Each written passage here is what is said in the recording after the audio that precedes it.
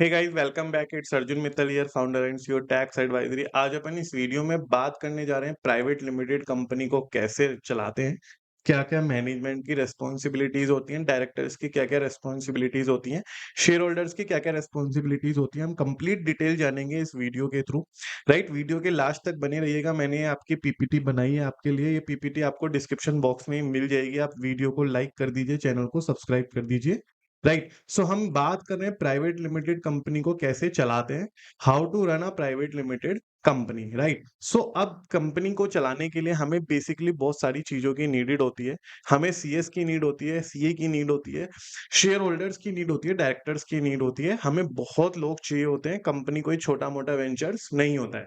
Right, हम one by one जानेंगे कि कंपनी का बेसिक स्ट्रक्चर कैसे काम करता है। राइट, सो सबसे पहले हम जो इसमें डिस्कस करने वाले हैं, बात करने वाले हैं, कंपनी की क्या-क्या रिस्पॉन्सिबिलिटी है। See, company is a separate legal entity. Company एक आर्टिफिशियल पर्सन है, अपने नाम से बिजनेस कर सकती है। आप कंपनी के ऊपर केस कर सकते हो, कंपनी आपके ऊपर केस कर सकती है। सेपरेट पैन कार्ड होता है कंपनी का। सो कंपनी की भी अपनी कुछ रेस्पॉन्सिबिलिटीज होती हैं।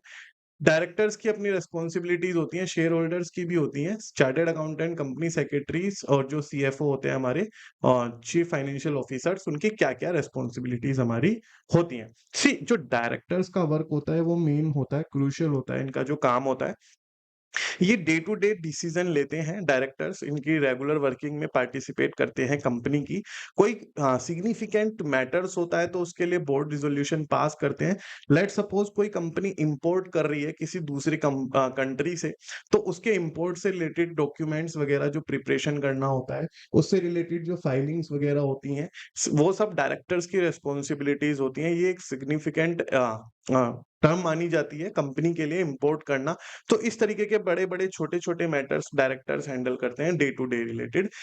वेंडर्स से किससे माल लेना है, किससे प्रोडक्ट लेना है, किससे सर्विसेज लेनी है, ये भी डिसाइड डायरेक्टर्स के हाथ में होता है काफ़ी हद तक।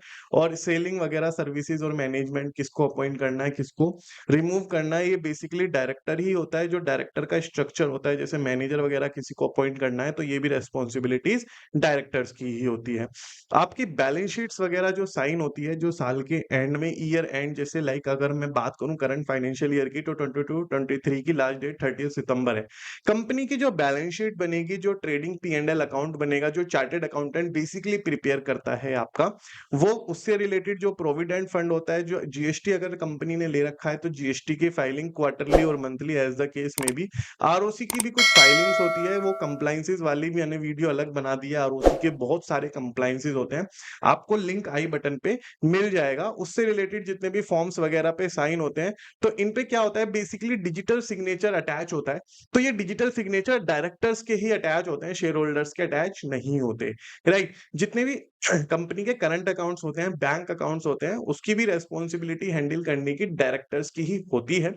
पैसा आना, पैसे का जाना, पैसे की मूवमेंट काफी हद तक डायरेक्टर्स के हाथ में ही होती है। डायरेक्टर्स की मेन रेस्पॉन्सिबिलिटी होती है मीटिंग्स वगैरह कंडक्ट कराना और ऑफिस वगैरह को मैनेज करना। सो यहाँ पे आपको काफी हद तक, अगर आप एक नई अर्ली स्टेज स्टार्टअप है, अर्ली स्टेज बिजनेस है, और आप कंपनी में सब्सक्राइबर या शेयर होल्डर बनना चाहते हैं, तो आपको ये भी पता चल गया होगा कि कंपनी में डायरेक्टर बनना कितना ज्यादा इंपॉर्टेंट है। सो अगर आप कंपनी में की मैनेजरियल रोल का पर्सन का रोल प्ले करते हैं, सॉरी, राइट, सो आपके लिए डायरेक्टर बनना बहुत ही ज्यादा सिग्निफिकेंट हो जाता है डायरेक्टर्स की रेस्पॉन्सिबिलिटीज को देखते हुए। राइट, अब हम बात करते हैं शेयर होल्डर्स का क्या रोल होता है। सी, सबसे पहले मैं आपको बताना चाहूंगा, डायरेक्टर और शेयर होल्डर दोनों सेम सेम भी हो सकते हैं किसी कंपनी में। एक पर्सन किसी कंपनी में डायरेक्टर भी हो सकता है और शेयर होल्डर भी हो सकता है। शेयर होल्डर बेसिकली ओनर होते हैं कंपनी के, और जितने भी बिग डिसीजन होते हैं, जैसे सपोज करो एमओए का ऑल्टरेशन होना है, मेमोरेंडम ऑफ एसोसिएशन को बदला जाना है, राइट, तो ये सिग्निफिकेंट मैटर हो गया। कंपनी अपनी इंटरनल रूलिंग से बाहर बढ़ के कुछ काम करने जा रही है, उसके लिए एमओए को ऑल्टर करना है। राइट, सो इसके लिए शेयर होल्डर्स का कंफर्मेशन जरूर लगेगा। शेयर होल्डर्स की मर्जी के बिना ये नहीं हो पाएगा। इवन डायरेक्टर्स को भी जो अपॉइंट करते हैं वो शेयर होल्डर करते हैं। So shareholders are the real owner of the company. So अगर आप कंपनी में मालिकाना हक रखना चाहते हैं और डे टू डे एक्टिविटी से दूर रखना चाहते हैं, जैसे Warren Buffett Coca Cola company में शेयर होल्डिंग्स होल्ड करते हैं, बट वो कंपनी में डायरेक्टर नहीं है कोको कोला में। सो इसका क्या मतलब है, यानी वो डे टू डे डिसीजन में इन्वॉल्व नहीं होना चाहते, उनके पास इतना टाइम नहीं है कि वो एडिशनल रेस्पॉन्सिबिलिटी बेयर कर सके। बट एज ए कंपनी के ओनर उनका जो भी डिविडेंड का पे आउट होता है वो उनको रेगुलरली चेक रिसीव होता रहता है। लास्ट टाइम उन्हें 177 सीआर का चेक मिला था as a dividend Coca Cola company से। So shareholders are the real owner of the company. अगर आपको डायरेक्टर नहीं बनना है, केवल शेयर होल्डर बनना है, तो इससे आपकी पावर्स कम नहीं हो जाती। ओनर्स को कोई रिमूव कर ही नहीं सकता इंडिया में। आप ओनर हो किसी के तो आपकी जगह डायरेक्टर ओनरशिप नहीं ले सकते अगर आप डायरेक्टर नहीं बनना चाहते कंपनी में, right. Income tax, GST filing वगैरह में शेयर होल्डर्स की कोई भी रेस्पॉन्सिबिलिटीज नहीं होती है। कहीं से कहीं तक कोई भी रेस्पॉन्सिबिलिटीज शेयर होल्डर्स की नहीं होती है।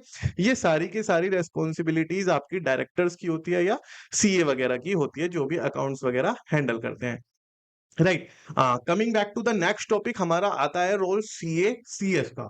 सो बेसिकली क्या होता है, सीए तो आपकी फर्स्ट स्टेप से ही हेल्प कर रहा है, कंपनी इनकॉर्पोरेशन से आपके साथ अटैच हो जाता है सीए, और उसके बाद कंपनी की मीटिंग से लेके कंपनी की preparation of the financial statement, balance sheet वगैरह सब सीए ही प्रिपेयर करता है, राइट। सो सीए का रोल तो बहुत ही ज्यादा क्रूशियल हो जाता है। बिना चार्टेड अकाउंटेंट के आप कंपनी को रन कर ही नहीं सकते। रीजन भी, कंपनी इनकॉर्पोरेशन के विद इन 30 डेज आपको एक ऑडिटर भी अपॉइंट करना होता है, राइट। आपकी बैलेंस शीट की प्रिपरेशन आप तो बताओगे, केवल डेटा दोगे, लेकिन प्रिपरेशन तो सीए ही करेगा। आप तो sale, purchase, expenses, assets, liabilities का डेटा दे दोगे, बट उसको बनाएगा कौन? चार्टेड अकाउंटेंट बनाएगा। जीएसटी रिटर्न फाइलिंग की अगर आपने इंटरनल टीम नहीं रखी हुई है, आप जीएसटी फाइलिंग सीए से कराते हो अपने, तो रेस्पॉन्सिबिलिटी सीए की आ जाती है। आरओसी के कंप्लायंसेस, फिर से आगे आरओसी के कंप्लायंसेस में बहुत सारे कंप्लायंसेस होते हैं, जैसे एमएसएमई 1 हो गया, डीपीटी 3 हो गया, एडीटी 1 हो गया, preparation of financial statement, filing of the financial statement,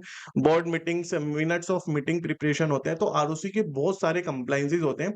इसकी रेस्पॉन्सिबिलिटी कहीं ना कहीं मैं बोलूंगा डायरेक्टर और सीए की कंबाइंड रेस्पॉन्सिबिलिटीज होती है, राइट। और annual accounts on behalf of the director and share holders, इसकी प्रिपरेशन भी सीए ही करता है।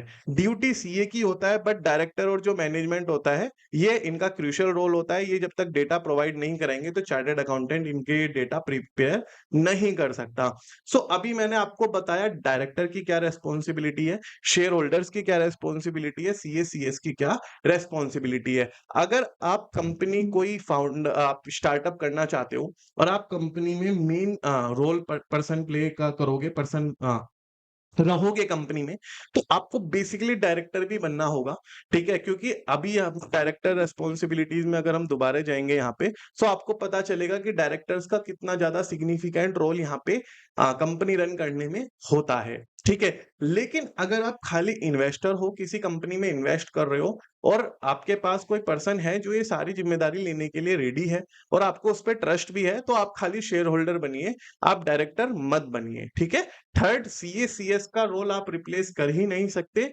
चार्टर्ड अकाउंटेंट अपना अलग काम करता है। सीएस और सीए में डिफरेंस ज्यादा कुछ नहीं है। कई जगह ऐसा होता है कि सीए के सिग्नेचर रिक्वायर्ड होते हैं, और कई जगह ऐसा होता है कि सीएस के सिग्नेचर रिक्वायर्ड होते हैं, और कई कंपनीज में सीए तो अपॉइंट करना मैंडेटरी होता ही होता है, और कई कंपनीज जिनका टर्नओवर एक प्रेस्क्राइब लिमिट से क्रॉस कर जाता है, उनको सीएस भी अपॉइंट करना होता है ऑन रेगुलर बेसिस।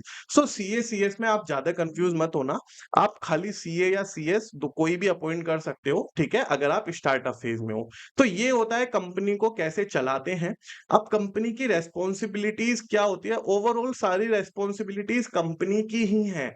अगर कोई भी डिफॉल्ट होता है, तो या तो सबसे पहले जुर्माना लगेगा आरओसी की तरफ से कंपनी पर, अगर कंपनी नहीं देती तो डायरेक्टर्स भी रेस्पॉन्सिबल होते हैं, ठीक है। सो कंपनी भी कहीं ना कहीं रेस्पॉन्सिबल है, लेकिन अगर कंपनी को चलाने वाले ही डिफॉल्ट करते हैं तो कंपनी के चलाने वालों पे भी पेनल्टी लिवाई होती है, आरओसी की तरफ से, जीएसटी की तरफ से, इनकम टैक्स की तरफ से। गाइज, चैनल को सब्सक्राइब कर दीजिएगा, और वीडियो के लास्ट में मैं आपको बताना चाहता हूं, आपको डिस्क्रिप्शन बॉक्स में टैक्स एडवाइजरी से कॉन्टैक्ट करने के लिंक्स मिलेंगे। आप हमसे कॉन्टैक्ट करके अपनी कंपनी की कंप्लायंसेस कोई भी कंसल्टेशन वगैरह ले सकते हैं सर्विसेज़। आपको हमारा कॉन्टैक्ट नंबर भी उसके अंदर मिल जाएगा। Thank you so much guys बने रहने के लिए। Thank you so much.